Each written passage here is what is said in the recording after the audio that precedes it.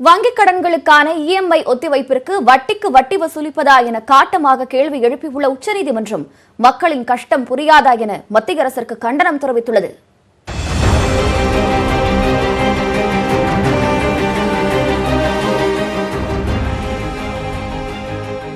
Corona பரவலை கட்டுப்படுத்தும் வகையில் மார்ச் மாதம் மத்திய அரசு தேசிய ஊரடங்கை அறிவித்தது.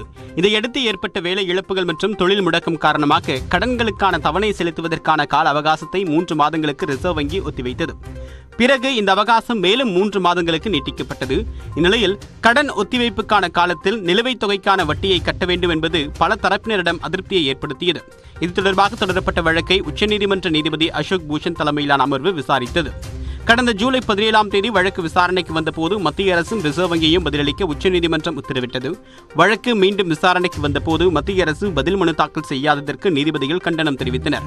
6 மாத காலத்திற்கான வட்டியை தள்ளுபடி செய்வது குறித்து மத்திய அரசு 1 வாரத்திற்குள் பதிலளிக்க வேண்டும் என்றும் நீதிபதிகள் உத்தரவிட்டனர். மத்திய அரசு தங்கள் நிலைப்பாட்டை தெளிவுபடுத்த மறுப்பது ஏன் என்றும் அவர்கள் கேள்வி எழுப்பினர். கடன்களுக்கு வட்டிக்கு வட்டி போடுவதா என்று வினவிய நீதிபதிகள் பேரிடர் மேலாண்மை சட்டத்தின்படி மத்திய அரசுக்கு ஏராளமான அதிகாரம் உள்ளதையும் குறிப்பிட்டனர். மத்திய அரசு வணிகத்தை மட்டுமே கருத்தில் கொள்ளாமல் மக்களின் துயரத்தையும் எண்ணி பார்க்க வேண்டும் என்றும் நீதிபதிகள் தெரிவித்தனர். ரிசர்வ் வங்கி எடுக்கும் முடிவை மத்திய அரசு ஏற்பதாக சொலிசிட்டர் ஜெனரல் கூறியதற்கு மத்திய அரசு ரிசர்வ் வங்கியின் பின்னால் ஒளிந்து கொள்வது போல் தெரிவதாகவும் நீதிபதிகள் கூறினர். கடன் தொகைக்கான அவகாச காலத்தில் வட்டிக்கு வட்டி விதிப்பதில் எந்த நியாயமும் இல்லை என்றும் நீதிபதிகள் கூறினர். மத்திய அரசு அறிவித்த பொது முடக்கத்தால் தான் இந்த பிரச்சனையை எழுந்திருப்பதாக தெரிவித்த நீதிபதிகள் கடன் வசூலிக்கும் பணியை செய்ய இது நேரமல்ல என்றும் தேவையான நிவாரணத்தை வழங்குவது அவசியம் என்றும் தெரிவித்தனர். அப்போது வழக்கின் மீது பதிலளிக்க மத்திய அரசு 1 வாரம் அவகாசம் கோரியதை அடுத்து வழக்கு விசாரணையை செப்டம்பர் 1ஆம் தேதிக்கு ஒத்திவைத்து நீதிபதிகள் உத்தரவிட்டனர். கடன் தவணை செலுத்த தளர்வு அறிவித்துவிட்டு வட்டிக்கு வட்டி வசூலிப்பதா என உச்சநீதிமன்றம் எழுப்பியுள்ள கேள்விகளை பொருளாதார நிபுணர்களும் பொதுமக்களும் வரவேற்றுள்ளனர். ரிசர்வ் வங்கியால் மாரட்டோரியம் என்ற வழிமுறை அமல்படுத்தப்பட்டு வங்கி கடன் பெற்றிருப்பவர்கள் அனைவரும் வட்டியை இந்த காலகட்டத்தில் கட்ட வேண்டாம் என்று சொல்லியிருந்தார்கள். ஆனால் இது வட்டியிலிருந்து விலக்கு அல்ல. இந்த கட்டாத வட்டியை அசலோடு சேர்த்து அசல் அதிகரித்து அதற்கு இன்னும் அதிக கால அவகாசம் கொடுக்கப்பட்டு அந்த கடனை அடைப்பதுதான் ரிசர்வ் வங்கி வங்கிகளுக்கு கொடுத்த திட்டம். நீங்கள் செய்த லாக்டவுனால மற்றவர்களால் தங்களுடைய இயல்பு வாழ்க்கையை நடத்த முடியவில்லை.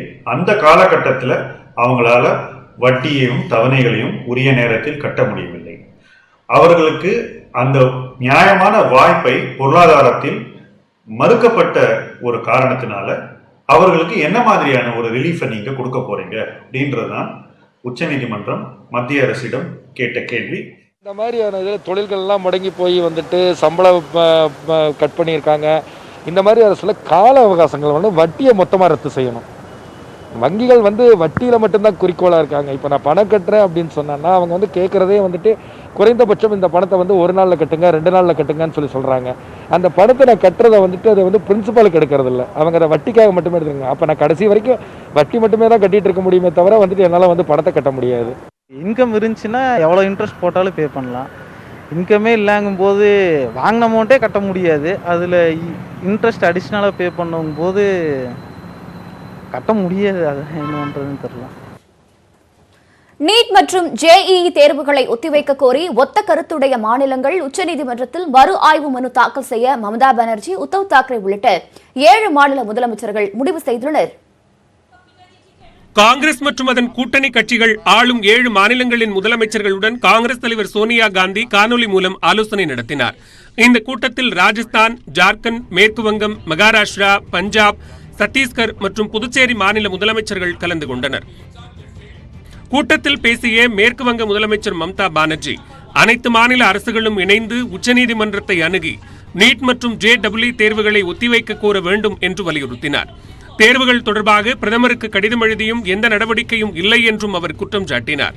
வெளிப்படையாக கருத்து தெரிவிக்க முடியாத சூழல் நிலவுவதாக தெரிவித்த மம்தா பானர்ஜி எதிர்க்கட்சிகளை ஒழிக்க போலி செய்திகள் பரப்பப்படுவதாகவும் குற்றம் சாட்டினார். கொரோனா பரவல் அதிகரித்து வருவதாகவும் மாநிலங்களின் நிலைமை கடுமையாக பாதிக்கப்பட்டுள்ளதாகவும் பஞ்சாப் முதலமைச்சர் அம்ரீந்தர் சிங் தெரிவித்தார். ஜிஎஸ்டி இழப்பீட்டை மத்திய அரசு வழங்கவில்லை என குற்றம் சாட்டிய அவர் நீட் விவகாரத்தில் உச்சநீதிமன்றத்தில் 7 மாநில முதலமைச்சர்களும் இணைந்து மறு ஆய்வு மனு தாக்கல் செய்ய வேண்டும் என்றும் வலியுறுத்தினார்.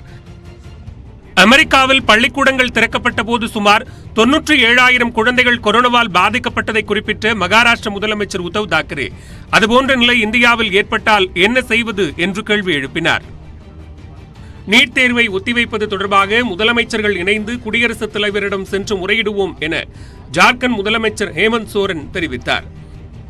கடந்த 4 மாதங்களாக ஜிஎஸ்டி இழப்பீட்டுத் தொகை வழங்கப்படவில்லை என்று குற்றம் சாட்டிய சத்தீஸ்கர் முதலமைச்சர் பூபேஷ் பாகல் நிதி நிலைமை மோசமடைந்துள்ளதாகவும் தெரிவித்தார். நீட் தேர்வை நடத்துவது கொரோனா பரவலை அதிகரிக்கும் என்று தெரிவித்த புதுச்சேரி முதலமைச்சர் நாராயணசாமி இந்த விவகாரத்தில் மத்திய அரசுக்கு எதிராக அனைவரும் இணைந்து போராட வேண்டும் என்றும் வலியுறுத்தினார். தேசிய கல்விக் கொள்கை குறித்த அறிவிப்பு கவலை அளிப்பதாகவும் தேர்வுகள் அலட்சியமாக கையாளப்படுவதாகவும் சோனியா காந்தி குற்றம் சாட்டினார். நிதித்துறைக்கான நிலைக்குழு கூட்டத்தில் ஜிஎஸ்டி இழப்பீட்டுத் தொகையை வழங்கும் நிலையில் மத்திய அரசு இல்லை என்று கூறப்பட்டதற்கு சோனியா காந்தி கண்டனம் தெரிவித்தார். மத்திய அரசுக்கு எதிராக ஒன்றுபட்ட போராட்டத்தை முன்னெடுக்க வேண்டும் என்றும் சோனியா காந்தி வலியுறுத்தினார். இதனிடையே நீட் ஜேஇ தேர்வுகளை ஒத்திவைக்க கோரி 7 மாநில அரசுகளைப் போல அதிமுக அரசும் நீதிமன்றத்தை நாட வேண்டும் என்று திமுக தலைவர் மு.க.ஸ்டாலின் வலியுறுத்தியிருக்கிறார். நீட் தேர்வை எதிர்ப்பது உண்மையானால், மாணவர்கள் மீதான அக்கறை உண்மையானால் மற்ற மாநில அரசுகளைப் போல தமிழக அரசும் நீதிமன்றம் செல்ல வேண்டும் என ஸ்டாலின் கேட்டுக் கொண்டுள்ளார்.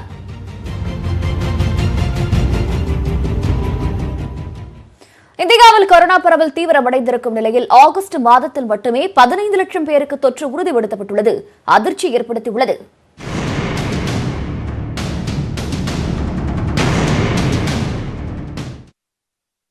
இந்தியாவில் கொரோனா பரவல் தீயை விஞ்சும் வேகத்தில் நாள்தோறும் கடுமையாக அதிகரித்து வருகிறது. ஜனவரி இறுதியில் இந்தியாவுக்குள் நுழைந்த கொரோனா அடுத்தடுத்த மாதங்களில் வேகம் எடுத்து தற்போது விஸ்வரூபம் எடுத்துள்ளது. இந்தியாவில் இதுவரை மொத்தம் 32,34,000 பேர் பாதிக்கப்பட்டுள்ளனர். இதில் ஆகஸ்ட் மாதத்தில் மட்டும் 15 லட்சம் பேருக்கு தொற்று உறுதி செய்யப்பட்டுள்ளது அதிர்ச்சியை ஏற்படுத்தியுள்ளது. அதாவது அமெரிக்காவுக்கு அடுத்தபடியாக ஆகஸ்ட் மாதத்தில் அதிகம் பேர் பாதிக்கப்பட்ட நாடாக இந்தியா உள்ளது. மகாராஷ்டிர மாநிலத்தில் கொரோனா பாதிப்பு எண்ணிக்கை 7 லட்சத்தை கடந்துள்ளது. அது மட்டுமின்றி கடந்த 24 மணி நேரத்தில் மட்டும் கொரோனாவால் பாதிக்கப்பட்ட 1059 பேர் இந்தியாவில் உயிரிழந்ததாக அறிவிக்கப்பட்டுள்ளது. இதில் 329 பேர் மகாராஷ்டிராவிலும் 148 பேர் கர்நாடகாவிலும் உயிரிழந்ததாக சுகாதாரத்துறை கூறியுள்ளது. அதாவது அமெரிக்காவுக்கு அடுத்தபடியாக ஒரே நாளில் அதிக உயிரிழப்புகளை சந்தித்துள்ள நாடாக இந்தியா மாறியுள்ளது.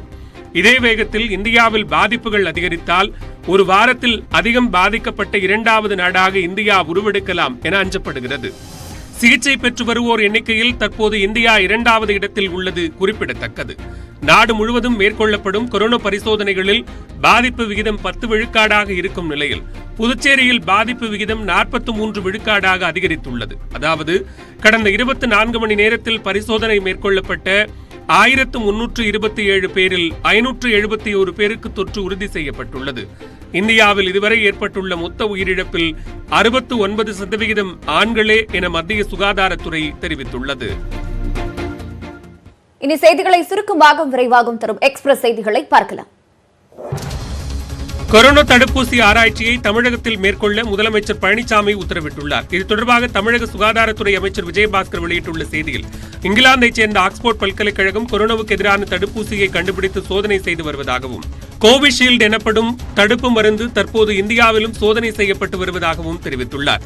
சென்னையிலும் அதனை சோதனை நடத்த மத்திய அரசு அனுமதி வழங்கியுள்ளது. சென்னையில் ராஜீவ்காந்தி அரசு மருத்துவமனையிலும் போரூர் ராமச்சந்திரா மருத்துவமனையிலும் தடுப்பூசி சோதனை மேற்கொள்ளப்பட உள்ளதாகவும், அதற்கு முதலமைச்சர் எடப்பாடி பழனிசாமி அனுமதி அளித்திருப்பதாகவும் சுகாதாரத்துறை அமைச்சர் விஜயபாஸ்கர் தெரிவித்துள்ளார். கொரோனா பெருந்தொற்று காரணமாக இறுதி பருவத் தேர்வு தவிர மற்ற பருவத் தேர்வுகளை எழுதுவதிலிருந்து மாணவர்களுக்கு விலக்களித்து மதிப்பெண்கள் வழங்கப்படும் என்று முதலமைச்சர் எடப்பாடி பழனிசாமி அறிவித்துள்ளார். இது தொடர்பாக அவர் வெளியிட்டுள்ள அறிக்கையில், கொரோனா காரணமாக உயர்கல்வி பயிலும் மாணவர்களின் நலன் கருதி இளங்கலை, முதுகலையில் பயிலும் கலை, அறிவியல் மற்றும் பொறியியல் கல்லூரிகளில் இறுதி பருவத் தேர்வு தவிர நடப்பு பருவத் தேர்வுக்கு மட்டும் விலக்களித்து கடந்த ஜூலை மாதம் அறிவிப்பு வெளியானதாக கூறியுள்ளார். அதன் அடிப்படையில் உயர்கல்வித்துறை கடந்த 27ஆம் தேதி விரிவான வழிகாட்டுதல்களை வழங்கி அரசாணை வெளியிட்டது.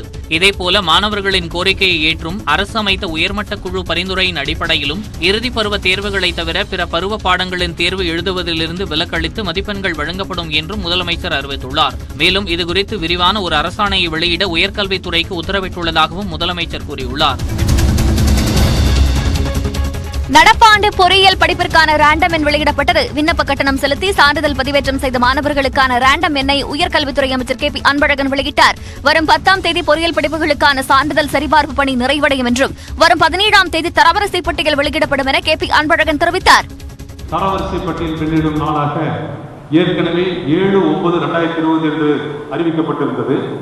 அதே வேளையில் 12ஆம் வகுப்பு மறுகூட்டல் முடிவானது 8/9/2020 வரவுள்ளதால் தரவரிசை பட்டியல் வெளியிடும் நாள் 17/9/2020 நிர்ணயிக்கப்பட்டுள்ளது என்பதை இந்த நேரத்தில் நான் தெரிவித்துக் கொள்கிறேன். இன்றைக்கு அதே போல அரியர் தேர்வுகளுக்கு பணம் கட்டி தேர்வு எழுதுவதற்கு தயாராக இருக்கக்கூடிய மாணாக்கர்கள் கொரோனா இன்றைக்கு தொடர்ந்து 5 மாதங்களாக பாதிப்பு இருக்கின்ற காரணத்தாலும், மேலும் இன்று வரை பார்க்கின்ற போது தமிழகத்திலே 6000 பேருக்கு ஒரு நாளைக்கு கொரோனா வருகின்ற காரணத்தாலும் தேர்வு எழுதும் பட்சத்திலே மாணவர்களுக்கு அந்த பாதிப்பு வரக்கூடாது என்ற ஒரு தொலைநோக்கு பார்வையோடு மாண்புமிகு தமிழ்நாடு முதலமைச்சர் அவர்கள் இன்றைக்கு அந்த அறிவிப்பை வெளியிட்டிருக்கிறார். ஆகவே தேர்வு எழுதுவதற்காக தேர்வு கட்டணம் செலுத்தியவர்கள் அரியர் பேப்பர் இருக்கிறவர்களுக்கு இந்த வாய்ப்பை தமிழக முதலமைச்சர் உருவாக்கி தந்திருக்கின்றார். பொறியியல் கல்லூரி மாணவர்கள் இறுதி செமஸ்டரை தவிர்த்து மற்ற தேர்வுகளுக்கு பணம் கட்டியிருந்தாலே தேர்ச்சி பெற்றதாக அறிவிக்கப்படுவர் என அமைச்சர் KP அன்பழகன் தெரிவித்தார். நீட் தேர்வுக்கான நுழைவுச் சீட்டு வெளியிடப்பட்ட 3 மணி நேரத்தில் 4 லட்சம் மாணவர்கள் அதனை தரவிறக்கம் செய்துள்ளனர். மருத்துவ படிப்புகளில் சேர்வதற்கான நீட் நுழைவுத் தேர்வு செப்டம்பர் 13ஆம் தேதி நடைபெற உள்ளது. இதையொட்டி தேர்வு எழுதும் மாணவர்களுக்கான நுழைவுச் சீட்டு இணையதளத்தில் வெளியிடப்பட்டது. வெளியிடப்பட்ட 3 மணி நேரத்தில் 4 லட்சத்துக்கும் அதிகமான மாணவர்கள் நீட் தேர்வுக்கான நுழைவுச் சீட்டை தரவிறக்கம் செய்துள்ளதாக தெரிவிக்கப்பட்டுள்ளது. ஸ்டெர்லைட் வழக்கில் சென்னை உயர்நீதிமன்ற தீர்ப்பை எதிர்த்து உச்சநீதிமன்றத்தில் வேதாந்தா நிர்வாகம் மேல்முறையீடு செய்துள்ளது. தூத்துக்குடியில் உள்ள ஸ்டெர்லைட் ஆலையிலிருந்து வெளியாகும் நச்சுப்புகையால் சுற்றுச்சூழல் மாசு ஏற்படுவதாகவும் பல்வேறு நோய்களுக்கு வித்திடுவதாகவும் கூறி 2018ஆம் ஆண்டு போராட்டம் நடைபெற்றது. அப்போது நடந்த துப்பாக்கிச் சூட்டில் 13 பேர் உயிரிழந்தனர். இந்த சம்பவத்தை தொடர்ந்து ஆய்வு மேற்கொண்ட தமிழக அரசு ஆலையை மூடியது. இதனை எதிர்த்து சென்னை உயர்நீதிமன்றத்தில் ஸ்டெர்லைட் நிர்வாகம் வழக்கு தொடர்ந்தது. ஆலையை நிரந்தரமாக மூட வேண்டும் என்றும் வழக்குகள் தொடரப்பட்டன. இந்த வழக்குகளை விசாரித்த உயர்நீதிமன்றம் ஆலையை திறப்பதற்கான தடை தொடரும் என தீர்ப்பளித்தது. இந்நிலையில் அதனை எதிர்த்து ஸ்டெர்லைட் நிர்வாகம் உச்சநீதிமன்றத்தில் மேல்முறையீடு செய்துள்ளது. GST கவுன்சில் கூட்டம் நாளை நடைபெறவுள்ள நிலையில் இருசக்கர வாகனங்கள் மீதான வரி விதிப்பு குறையுமா என எதிர்பார்ப்பு ஏற்பட்டுள்ளது. கொரோனாவின் பிடியில் சிக்கி பொருளாதார நெருக்கடியை நாடு சந்தித்து வரும் நிலையில் GST கவுன்சில் கூட்டம் நாளை நடைபெறுகிறது. சில தினங்களுக்கு முன் செய்தியாளர்களிடம் பேசிய நிதியமைச்சர் நிர்மலா சீதாராமன், இருசக்கர வாகனங்கள் சொகுசு பொருள் அல்ல என்பதால் ஆட்டோமொபைல் துறையினர் கோரியபடி அவற்றின் மீதான வரி விதிப்பை குறைப்பது பற்றி GST கவுன்சில் கூட்டத்தில் விவாதிக்கப்படும் என தெரிவித்திருந்தார். அதனால் இருசக்கர வாகனங்களின் மீதான 28% வரி விதிப்பு குறைக்கப்படக்கூடும் என அத்துறையினர் நம்பிக்கை தெரிவித்துள்ளனர். தமிழகம் முழுவதும் நேற்று போராட்டத்தில் ஈடுபட்ட டாஸ்மாக் ஊழியர்கள் 450 பேர் இடமாற்றம் செய்யப்பட்டுள்ளனர். பணி நிரந்தரம், கொரோனாவால் ஊழியர் உயிரிழந்ததால் 50 லட்சம் ரூபாய் இழப்பீடு, அனைத்து ஊழியர்களுக்கும் கொரோனா பரிசோதனை செய்ய வேண்டும் என்பது உள்ளிட்ட 14 கோரிக்கைகளை வலியுறுத்தி டாஸ்மாக் ஊழியர்கள் நேற்று போராட்டத்தில் ஈடுபட்டனர். காலை 10 மணி முதல் 12 மணி வரை 2 மணி நேரம் கடைகளை மூடி போராட்டத்தில் பங்கேற்றனர். இந்நிலையில் போராட்டத்தில் ஈடுபட்ட 450 பேரை கிடங்குகளுக்கு இடமாற்றி டாஸ்மாக் மேலாளர் உத்தரவிட்டுள்ளார். சென்னையில் 25 பணியாளர்கள் கிடங்குகளுக்கு இடமாற்றம் செய்யப்பட்டுள்ளனர். பண மோசடி வழக்கில் முன்னாள் அமைச்சர் செந்தில் பாலாஜியை விடுவிக்க சென்னை சிறப்பு நீதிமன்றம் மறுப்பு தெரிவித்துள்ளது. 2011ஆம் ஆண்டு முதல் 2015ஆம் ஆண்டு வரை போக்குவரத்து துறை அமைச்சராக செந்தில் பாலாஜி பதவி வகித்தார். இக்காலகட்டத்தில் அவர் போக்குவரத்து துறையில் வேலை வாங்கி தருவதாக கூறி பலரிடம் பணம் பெற்றுக்கொண்டு சுமார் 2,80,00,000 ரூபாய் வரை மோசடி செய்ததாக மத்திய குற்றப்பிரிவு போலீசார் வழக்கு பதிவு செய்தனர். இந்த வழக்கு எழும்பூர் நீதிமன்றத்திலிருந்து MP, MLA-க்களை விசாரிக்கும் சென்னை சிறப்பு நீதிமன்றத்திற்கு மாற்றப்பட்டது. இந்த நிலையில் வழக்கிலிருந்து விடுவிக்க கோரி செந்தில் பாலாஜி தாக்கல் செய்த மனு நீதிபதி ரமேஷ் முன்னிலையில் இன்று விசாரணைக்கு வந்தது. அப்போது ஆஜரான மத்திய குற்றப்பிரிவு போலீசார் செந்தில் பாலாஜி பண மோசடி செய்தது தொடர்பான தகுந்த ஆதாரங்கள் உள்ளதாகவும், எனவே அவரை வழக்கிலிருந்து விடுவிக்க கூடாதென்றும் கேட்டுக் கொண்டனர். இதை ஏற்றுக்கொண்ட நீதிபதி வழக்கிலிருந்து செந்தில் பாலாஜியை விடுவிக்க மறுத்து மனுவை தள்ளுபடி செய்தார். பாடகர் SP பாலசுப்ரமணியத்தின் உடல்நிலையில் முன்னேற்றம் ஏற்பட்டிருப்பதாக மருத்துவமனை நிர்வாகம் தெரிவித்துள்ளது. அவருக்கு நினைவு திரும்பிவிட்டதாகவும் தொடர்ந்து அவருடைய உடல்நிலையை மருத்துவ குழு கண்காணித்து வருவதாக தெரிவிக்கப்பட்டுள்ளது. அதே சமயம் செயற்கை சுவாசம் தொடர்ந்து அளிக்கப்பட்டு வருவதாக மருத்துவமனை தரப்பில் கூறப்பட்டுள்ளது. இதனை பாடகரும் SPB-யின் மகனுமான SP Charan உறுதிப்படுத்தியுள்ளார். He is doing much better than he was doing day before yesterday when I went and saw him. There is a slight improvement in the lungs is what the doctors are saying. His response to no sedation is good. He's feeling very comfortable without the sedation. And they are very positive and happy that the recovery has taken the first step. கோவையில் 13 வயது சிறுவனை காவலர் லத்தியால் அடித்த சம்பவம் தொடர்பாக மாநகர் காவல் ஆணையருக்கு மாநில மனித உரிமைகள் ஆணையம் நோட்டீஸ் அனுப்பியுள்ளது. ஒண்டிப்புத்தூர் பகுதியில் கடந்த ஞாயிறன்று 13 வயது சிறுவன் ஒருவர் விளையாடிக் கொண்டிருந்தார். அப்போது சிங்காநல்லூர் காவல் நிலையத்தில் பணிபுரியும் காவலர் துர்காராஜ் சிறுவனை லத்தியால் தாக்கினார். இது தொடர்பான வீடியோ காட்சி சமூக வலைதளங்களில் வெளியானதை அடுத்து காவலர் துர்காராஜ் பணியிட மாற்றம் செய்யப்பட்டார். இந்நிலையில் நாளிதழில் வெளியான செய்தியை அடுத்து இது தொடர்பாக 3 வாரத்தில் விளக்கமளிக்க கோவை மாநகர் காவல் ஆணையருக்கு மாநில மனித உரிமைகள் ஆணையம் உத்தரவிட்டுள்ளது. குட்கா ஊழலில் சம்பந்தப்பட்டவர்களை முதலமைச்சரும் மத்திய பாஜக அரசும் வரிந்து கட்டிக்கொண்டு காப்பாற்றுவதில் உள்ள அறிவிக்கப்படாத கூட்டணி என்ன என்று திமுக தலைவர் ஸ்டாலின் கேள்வி எழுப்பியுள்ளார். இது தொடர்பாக அவர் வெளியிட்டுள்ள அறிக்கையில் குட்கா ஊழல் தொடர்பாக வருமான வரித்துறை தலைமைச் செயலாளரிடம் கொடுத்த கோப்புகள் காணவில்லை என்று சுட்டிக்காட்டியுள்ளார். குட்கா ஊழல் தொடர்பாக விசாரித்த அதிகாரி திடீர் மாற்றம், சிபிஐ விசாரணையில் காலதாமதம் ஏன் என்றும் அவர் கேள்வி எழுப்பியுள்ளார். சிபிஐ மயான அமைதி காப்பதாக விமர்சித்துள்ள ஸ்டாலின், குட்கா மோசடி குறித்த வழக்கில் சிபிஐ ஆமை வேகத்தில் கூட நகர மறுப்பதாகவும் சாடியுள்ளார். மேலும் அமைச்சர் விஜயபாஸ்கர், முன்னாள் டிஜிபி ராஜேந்திரன் ஆகியோரை நெருங்க விடாமல் சிபிஐயை தடுக்கும் உயர்மட்ட சக்தி எது என்றும் கேள்வி எழுப்பியுள்ளார்.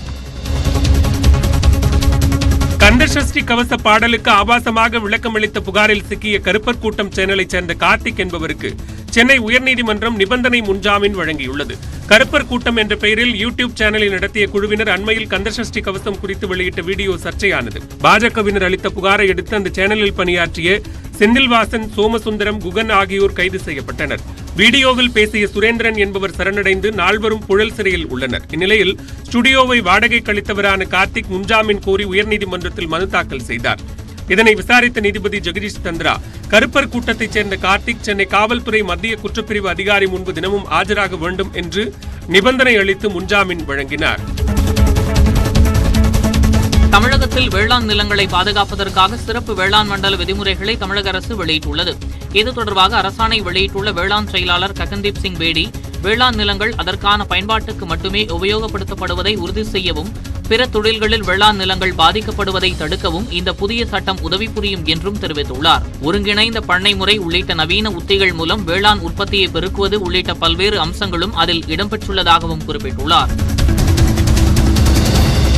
தமிழகத்தில் அடுத்த 48 மணி நேரத்திற்கு 4 மாவட்டங்களில் இடியுடன் கூடிய கனமழைக்கு வாய்ப்புள்ளதாக சென்னை வானிலை மையம் தெரிவித்துள்ளது. தென் தமிழகத்தில் நிலவும் கீழடுக்கு சுழற்சி மற்றும் வெப்பச்சலனம் காரணமாக ராமநாதபுரம், விருதுநகர், சிவகங்கை, புதுக்கோட்டை ஆகிய மாவட்டங்களின் ஒரு சில இடங்களில் இடியுடன் கூடிய மழை பெய்யும் என தெரிவிக்கப்பட்டுள்ளது.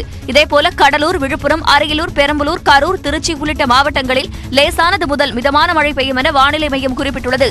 வடக்கு வங்கக்கடல் மற்றும் மேற்கு அரபிக்கடலில் 45 முதல் 55 கிலோமீட்டர் வரை காற்று வீசும் என்பதால் இன்றும் நாளையும் அந்த பகுதிகளுக்கு மீனவர்கள் செல்ல வேண்டாம் என அறிவுறுத்தப்பட்டுள்ளது.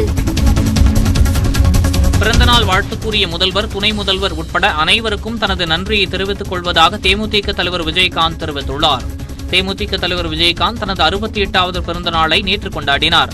இதற்காக முதல்வர் பழனிசாமி, துணை முதல்வர் ஓ பன்னீர்செல்வம், அமைச்சர்கள், எதிர்க்கட்சித் தலைவர் மு க ஸ்டாலின் உள்ளிட்ட பல்வேறு அரசியல் கட்சியினர் அவருக்கு வாழ்த்து தெரிவித்தனர். அதற்கு நன்றி தெரிவிக்கும் விதமாக அறிக்கை வெளியிட்டுள்ள விஜயகாந்த், மின்னஞ்சல், கடிதம், பேஸ்புக், ட்விட்டர் உள்ளிட்டவை மூலம் தனக்கு பிறந்தநாள் வாழ்த்து தெரிவித்த அனைவருக்கும் நன்றி தெரிவித்துக் கொள்வதாக குறிப்பிட்டுள்ளார். மேலும் தனது பிறந்த நாளையொட்டி ஏழை எளிய மக்களுக்கு நலத்திட்ட உதவிகளை வழங்கிய தனது தொண்டர்களுக்கும் மனமார்ந்த நன்றி தெரிவித்துக் கொள்வதாக அவர் குறிப்பிட்டுள்ளார். ஓடிடிக்கு எதிரான பிரச்சனையை சூர்யா என்ற தனிநபருக்கு எதிரான பிரச்சனையாக திசை திருப்பி விட்டுள்ளதாக இயக்குநர் பாரதி ராஜா குற்றம் சாட்டியுள்ளார். சூரரை போற்று திரைப்படம் ஓடிடியில் வெளியாகும் என்று அறிவிக்கப்பட்டதால் விநியோகஸ்தர்கள் மற்றும் திரையரங்க உரிமையாளர்கள் கடும் எதிர்ப்பு தெரிவித்து வருகின்றனர். இது தொடர்பாக அறிக்கை வெளியிட்டுள்ள இயக்குநர் பாரதி ராஜா, சூர்யாவின் மனிதநேய பண்பும் நேர்மையும் ஒழுக்கமும் தான் நன்கு அறிவேன் என குறிப்பிட்டுள்ளார். எந்த ஒரு கலைஞனையும் காயப்படுத்த வேண்டாம் எனவும், இதனால் தனது மனம் மிகவும் வலிக்கிறது எனவும் அவர் தெரிவித்துள்ளார். இதற்கு பின்னணியில் உள்ள அரசியலை தானும் அறிவேன், தாங்களும் அறிவீர்கள் என குறிப்பிட்ட அவர், தனிநபர் இடைவெளியுடன் காண ஓடிடி சிறந்த தளமாக இருக்கும் என்ற நல் எண்ணத்தில் சூர்யா எடுத்திருக்கும் இந்த முடிவை வரவேற்பதாக பாரதி ராஜா தெரிவித்துள்ளார். சென்னையில் ஆபரண தங்கத்தின் விலை சவரனுக்கு 144 ரூபாய் சரிந்து 39,224 ரூபாய்க்கு விற்கப்படுகிறது. 1 கிராம் தங்கத்தின் விலை 4,903 ரூபாயாக உள்ளது. இது செவ்வாய்க்கிழமையை விட கிராமுக்கு 18 ரூபாய் குறைவாகும். வெள்ளையின் விலை கிராமுக்கு 1 ரூபாய் 60 காசுகள் குறைந்து 69 ரூபாய் 80 காசுகளுக்கு விற்கப்படுகிறது. கட்டை வெள்ளி கிலோவுக்கு 1,600 ரூபாய் குறைந்து 69,800 ரூபாய்க்கு விற்கப்படுகிறது. ஜம்மு காஷ்மீர் மாநிலத்தில் பெய்து வரக்கூடிய கனமழை மற்றும் அதனைத் தொடர்ந்து ஏற்பட்டுள்ள வெள்ளப்பெருக்கு காரணமாக கடிகர் என்ற இடத்தில் பாலம் அடித்து செல்லப்பட்டது. பாப்பியன் என்ற கிராமத்தையும் தர்ஃப் என்ற கிராமத்தையும் இணைக்கும் இந்த பாலம் துண்டிக்கப்பட்டதால் போக்குவரத்து தடைப்பட்டுள்ளது. கடந்த சில நாட்களாக இந்த மாவட்டத்தில் பெய்து வரக்கூடிய மழையால் முக்கிய நீர்நிலைகள் அடுத்தடுத்து நிரம்பி வருவதும் பல இடங்களில் திடீர் வெள்ளங்களும் ஏற்பட்டு வருவதும் குறிப்பிடத்தக்கது.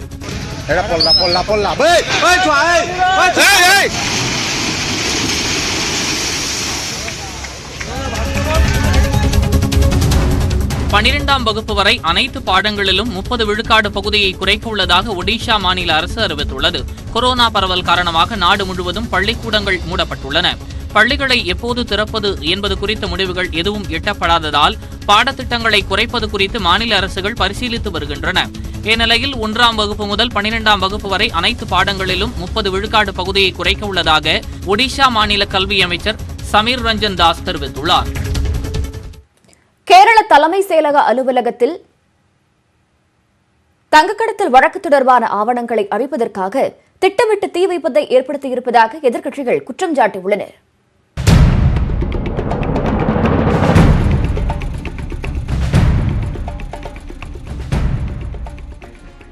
கேரள அரசியலில் பெரும் புயலை கிளப்பியுள்ள தங்கக்கடத்தல் வழக்கை தேசிய புலனாய்வு முகமை விசாரித்து வருகிறது.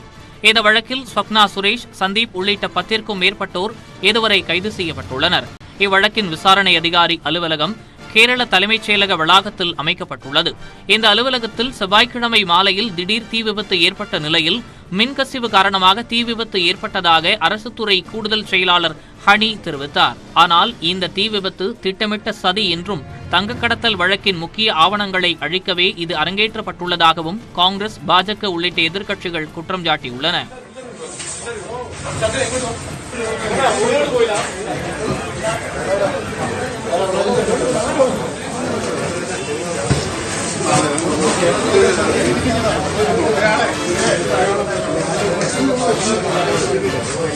சம்பவத்தை கண்டித்து தலைமைச் செயலக வளாகத்துக்கு முன் அமர்ந்து கண்டன ஆர்ப்பாட்டத்தில் ஈடுபட்ட காங்கிரஸ் தொண்டர்கள் மீது போலீசார் தடியடி நடத்தி கலைத்தனர்.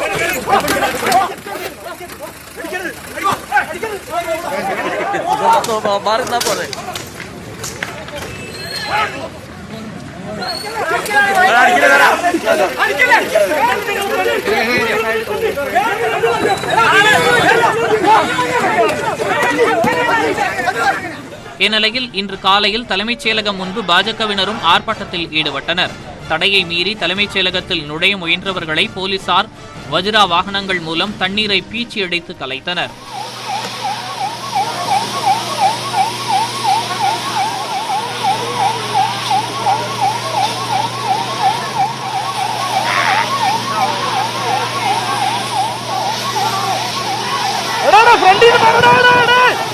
இதேபோல் கொச்சி, கோழிக்கோடு உள்ளிட்ட இடங்களிலும் காங்கிரஸ் மற்றும் பாஜகவினர் ஆர்ப்பாட்டங்களில் ஈடுபட்டதால் அவர்களை போலீசார் கைது செய்தனர்.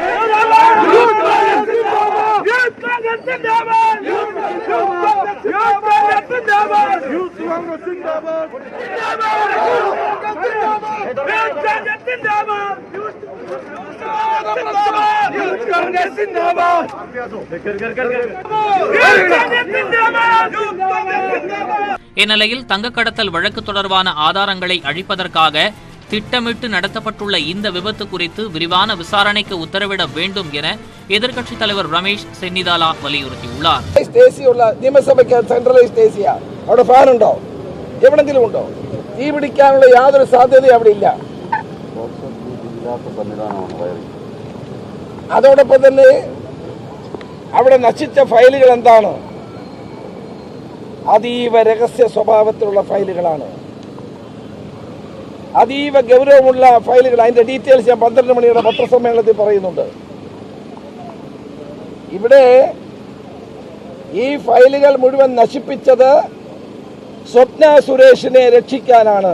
இந்நிலையில் கடந்த ஓராண்டாக கேரள தலைமைச் செயலகத்தில் பதிவான சிசிடிவி காட்சிகளை தங்களிடம் தரும்படி தங்க கடத்தல் வழக்கை விசாரித்து வரும் என்ஐஏ அதிகாரிகள் தொடர்ந்து கேட்டு வருவதாகவும் அந்த காட்சிகளை கேரள மாநில அரசு ஒப்படைக்கவில்லை என்றும் கூறப்படுகிறது.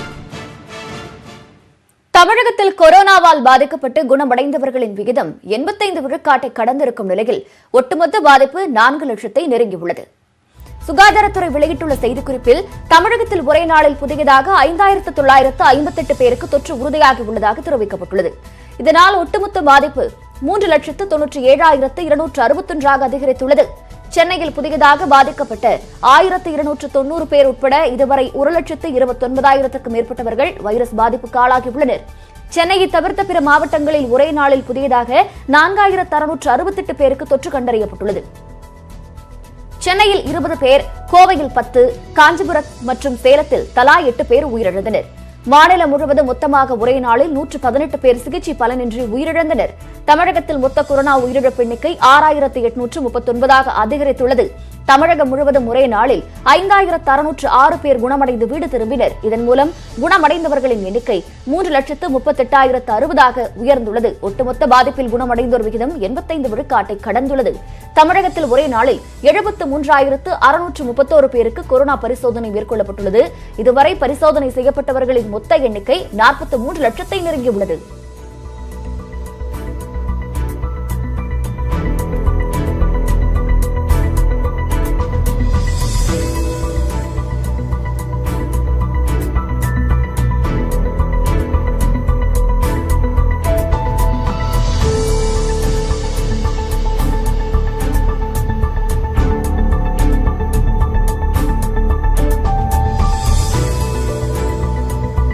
சென்னையில் மீண்டும் தொற்று 1200 தாண்டி இருக்கும் நிலையில் மதுரையில் பாதிப்பு சற்று குறைந்துள்ளது. கோவை மாவட்டத்தில் ஒரே நாளில் 484 பேர் கொரோனா தொற்றுக்கு ஆளாகியுள்ளனர். தேனி, வேலூர் மாவட்டங்களில் இன்று ஒருநாள் பாதிப்பு 100ஐ தாண்டியுள்ளது. கடலூர் மாவட்டத்தில் 24 மணி நேரத்தில் 286 பேர் கொரோனா வைரஸால் பாதிக்கப்பட்டிருக்கிறார்கள். திருவாரூர், ஈரோடு, திருப்பூர் மாவட்டங்களில் பாதிப்பு அதிகரித்த வண்ணம் உள்ளது.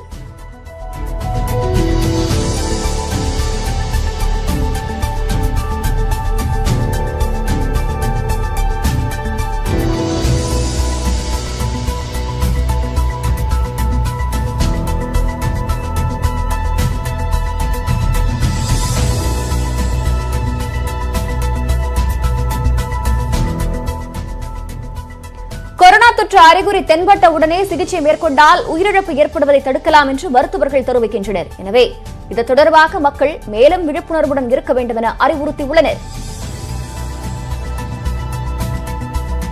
ஸ்டேஜ்ல பேஷண்ட்ஸ் மருத்துவமனைக்கு வர்றதுனாலதான் இந்த ஒரு இறப்பு சதவீதம் ஜாஸ்தி ஆகுது. காரணம் அவங்க ஒரு அறிகுறியோ இது சிம்டம்ஸ் வந்துருச்சுனாலே அவங்க தன்னை தனிமைப்படுத்திக்கிட்டு அதுக்கான பரிசோதனைகளையும் அதுக்கான சிகிச்சைகளையும் ஒழுங்கா பண்ணியிருந்தாலே அவங்களுக்கான இந்த இறப்பு சதவீதத்தை நம்ம குறைச்சிடலாம்.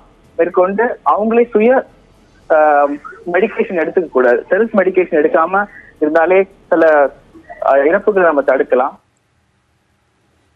தேமுதிக தனித்து போட்டியிட தொண்டர்கள் விரும்புவதாக அந்த கட்சியின் பொருளாளர் பிரேமலதா கூறியிருக்கும் நிலையில் திமுக தலைவர் மு க ஸ்டாலினின் திடீர் வாழ்த்துச் செய்தியால் மறைமுகமாக தேமுதிகவுக்கு திமுக நேசகரம் நீட்டுகிறதா என்ற கேள்வி எழுந்துள்ளது.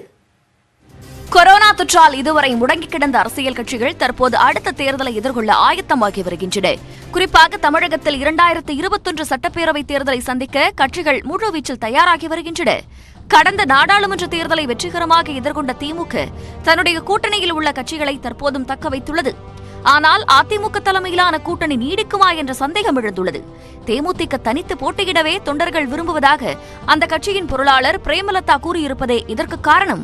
தமிழகம் முழுவதும் அனைத்து மாவட்டத்திற்கு நாங்கள் நேரடியாக பேசும் பொழுது எல்லோருடைய விருப்பமும் கேப்டன் இனிமேல கிங்காக தான் இருக்கணும், தனித்து போட்டியிட தயாராக இருக்கிறோம் அப்படின்றதுதான் எல்லாருடைய கருத்தா இருக்கிறது.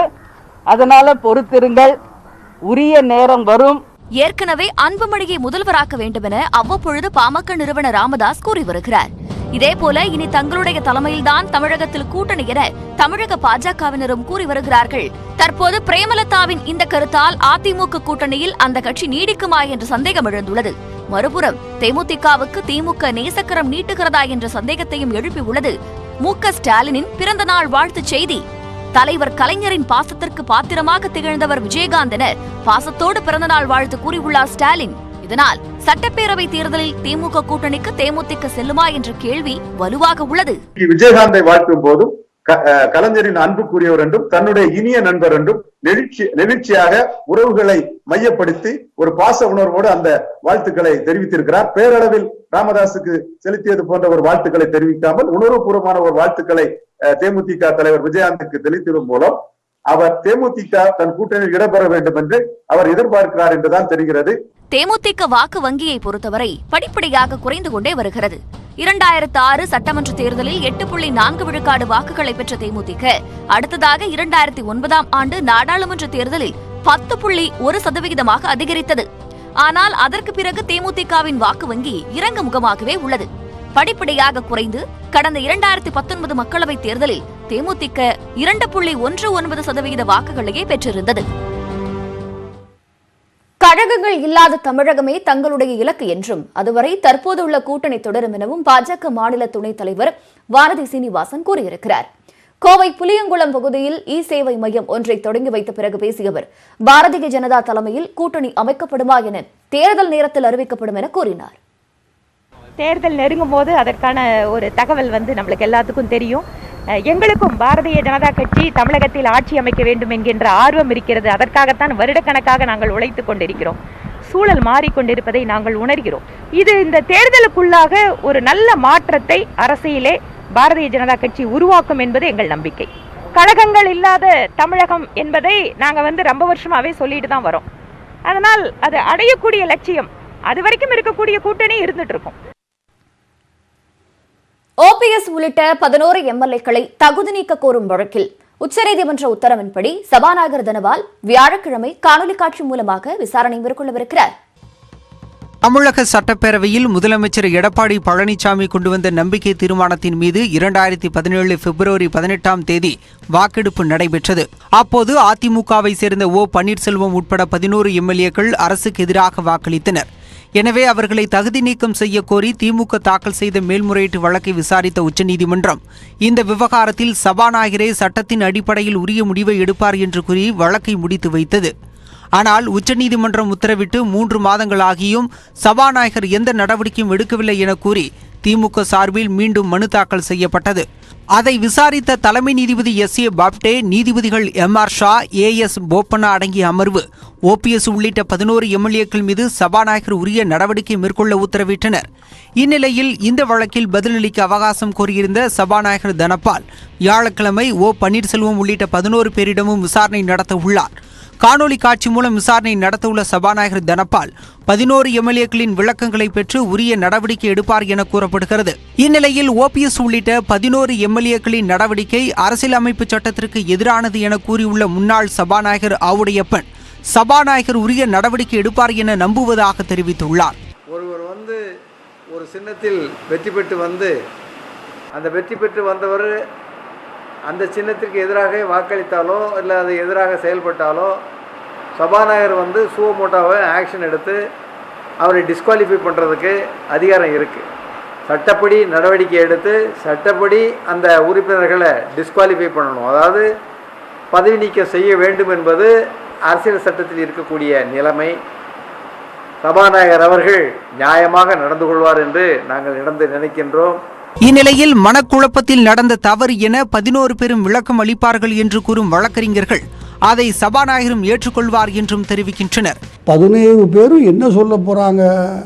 நாங்கள் உயிருக்கு உயிராக நினைச்சிருந்த எங்களுடைய தலைவி இறந்து போனாங்க, திடீர்னு இறந்து போனதுனால நாங்கள் ஒரு மனம் கலக்கம் அடைஞ்சு என்ன செய்கிறதுங்கிறது எங்களுக்கு தெரியாத ஒரு மனம் பதறி ஏதோ செய்த சூழ்நிலையை தவிர நாங்கள் கட்சிக்கு எதிராக வேலை செய்யலை.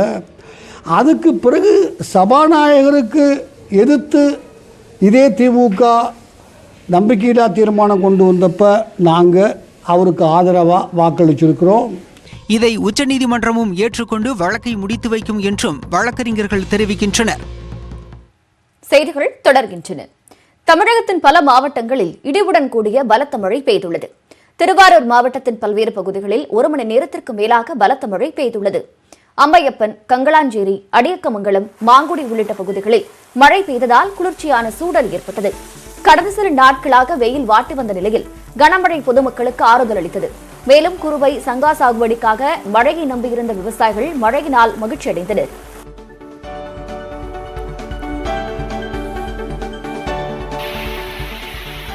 இதேபோல புதுக்கோட்டை மாவட்டத்தின் பல்வேறு பகுதிகளில் மழை பரவலாக பெய்துள்ளது.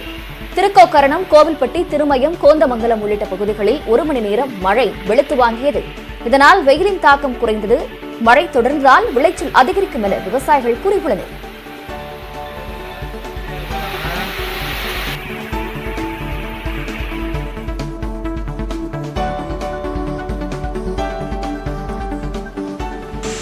நெல்லை மாநகரின் பல பகுதிகளில் காலையில் வெயிலின் தாக்கம் அதிகமாக காணப்பட்டது.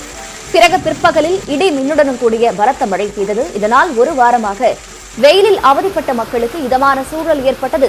நெல்லை சந்திப்பு, கொக்கிரக்குளம், வண்ணாரப்பேட்டை ஆகிய பகுதிகளில் சுமார் 1 மணி நேரம் கனமழை பெய்தது. தாழ்வான பகுதிகளில் மழைநீர் பெருக்கெடுத்தோடியது. இதேபோல சென்னையை ஒட்டிய சில புறநகர் பகுதிகளில் மழை கொட்டியது.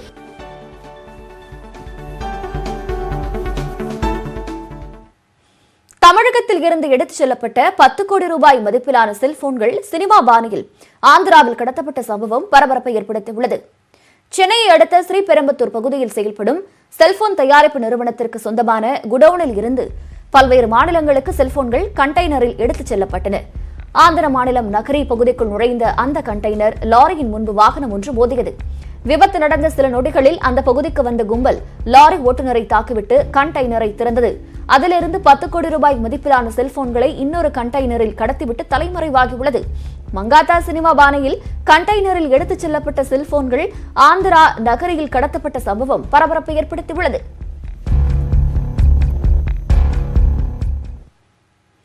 உலகிலேயே முதல் முறையாக ஒரு நபருக்கு 2 முறை கொரோனா தொற்று ஏற்பட்டுள்ளது உறுதிப்படுத்தப்பட்டுள்ளது.